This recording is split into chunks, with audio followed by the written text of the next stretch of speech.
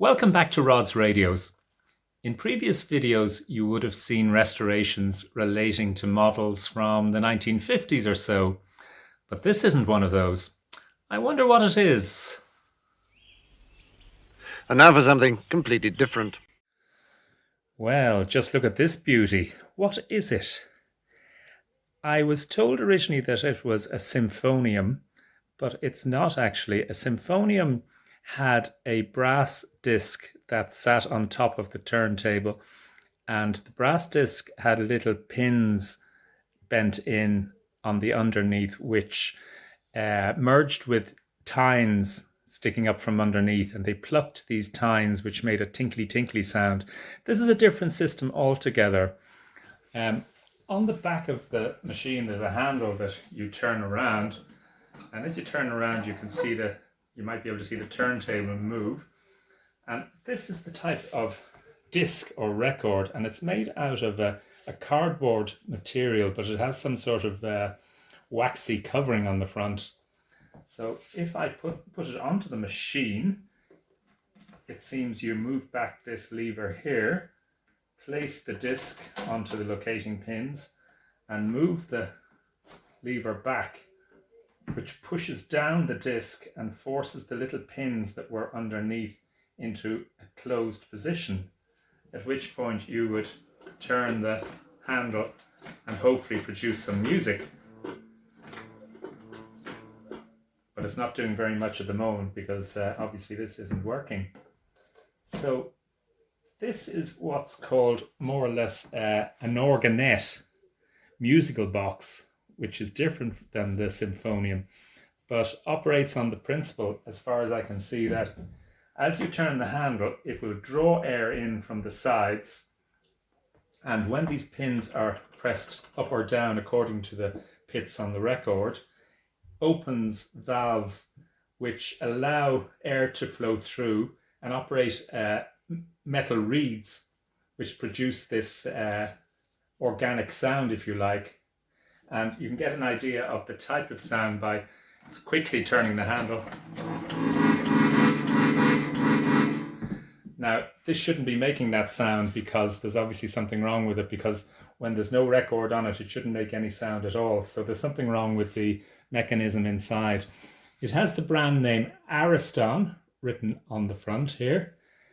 And when I look at the disc, this is an example of one of the discs that you would play on this machine. And here it says Liebchen Schwing dich, round and round, polka mazurka, from Strauss, Ehrlich's patent. And along the side here, it says made in Germany. And at one point on the disc, there is a line that says the beginning, and it's also in French and in German, le commencement, Anfang. So we're going to have a look at this machine internally to see how it operates and see if we can get it back working.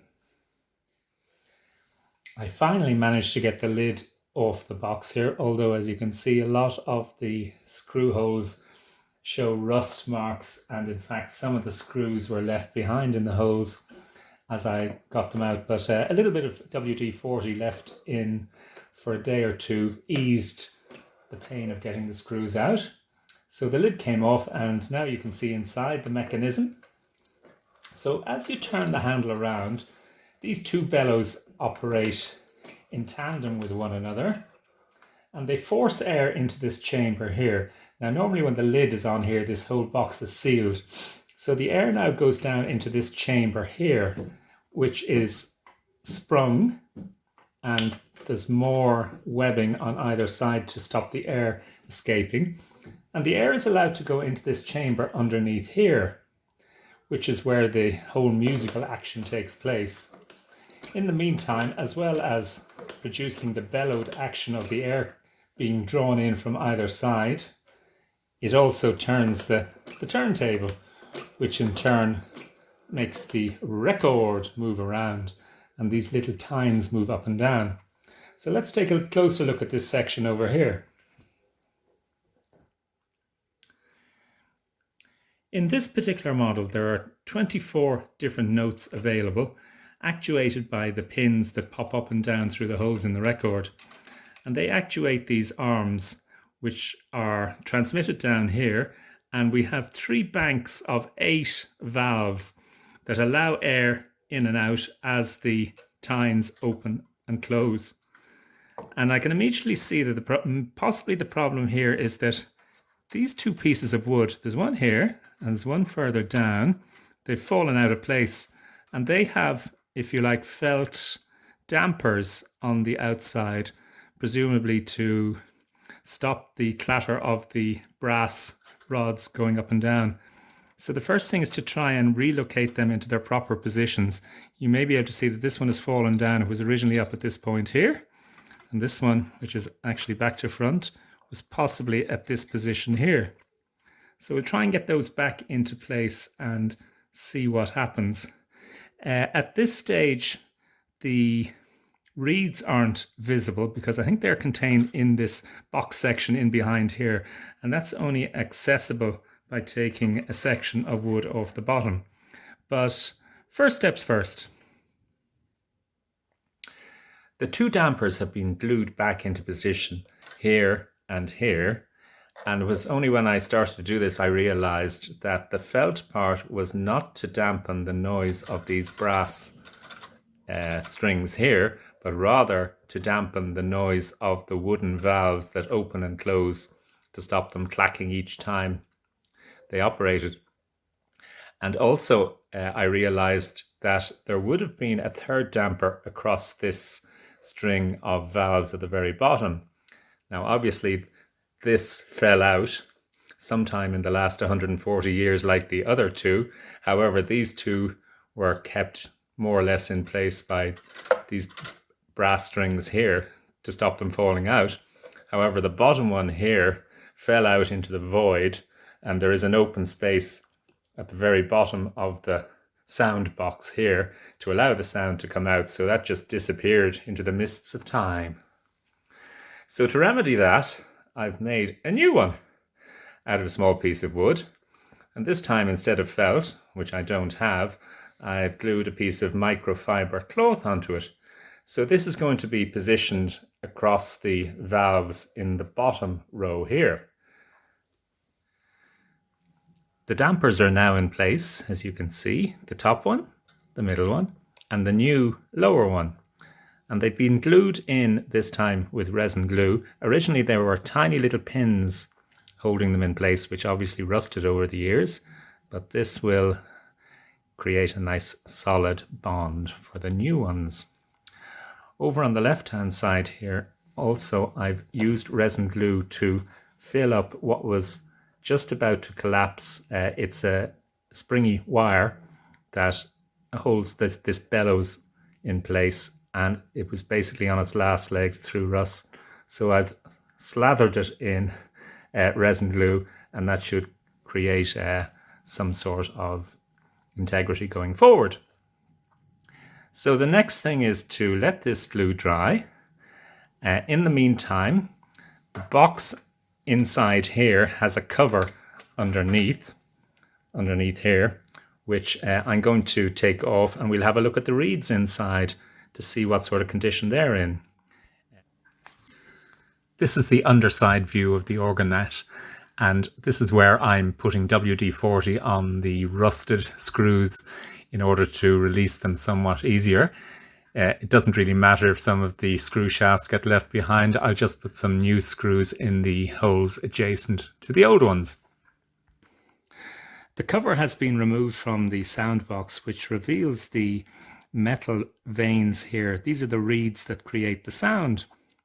And the longest ones create the lower frequency sounds, the smallest ones the higher frequency. So it starts off with the very lowest one here, the longest one. The second lowest one is down here, the third lowest down here, fourth, fifth, sixth, seventh, eighth, ninth, etc., until you get to the very highest frequency one, the smallest reed, which is this one down here. Now most of the reeds look as though they're in reasonably good condition, apart from this top end one here, which is showing signs of oxidation and decay. So I'm not sure whether that one's going to work. I will try and brush it clean very gently, because these are very delicate things, and we'll see how that works out. Just to mention how it works again, the sound is coming from air created by the bellows in the main area over here. And that air comes through two relatively small holes into the sound chamber here and tries to get through the reeds, and only passes through when one of the valves on the far side opens to allow the air to come out, and eventually the sound comes out through the bottom here out into the room. You may also be able to see some of the glue that was used 140 years ago to seal the air in this box, because the whole thing relies on air pressure that only allows the air to come from the bellows area through these holes and go nowhere else except through the reeds and the valves to the outside air. I've cleaned out the sound box area in which the reeds are positioned and replaced the cover with new screws. Now it's time to do a bit of restoration of the fittings on the top side. There are 3 metal fittings on the top side of the machine. Here, a circular brass centre turntable that has been cleaned with Brasso and sprayed with a new protective lacquer. Beside it is the swinging arm that is made of painted cast iron. So this was painted anew, and in addition the third fitting, also brass, was polished up and sprayed as before. Before I put the lid back on, I've greased all the moving parts and the bearings here to take the squeaks out of the mechanism that were there before. And in the meantime, I've realized that this section down here, which is a spring-loaded compartment that moves up and down, is actually an expansion chamber that allows the air pressure to build up. And on top of which there is a separate little valve here that opens when this expansion chamber gets expanded too much, and that releases the air pressure. So that's like an emergency release valve. One of the pillar tops was missing off the lid when I received this recently, and as I'm no good at woodworking, I subcontracted the job out to my brother, who has a lathe, and he very kindly made a new corner top, and this is it here. And it's hard to tell the difference between this one and one of the original ones that were there. So thanks, Paul, for doing that, and the lid is now looking in good shape. The lid's back in place, so now it's time to try it out. Music, maestro!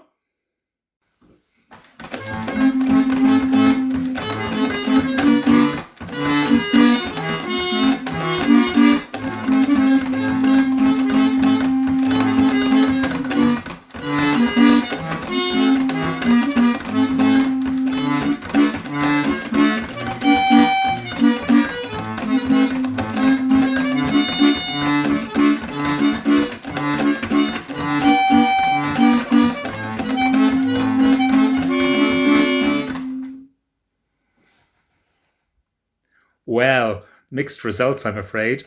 Some of the notes are still a bit ropey, but nevertheless, I think it was worthwhile taking the lid off and exploring this fascinating machine. High five for the 1880s? Maybe.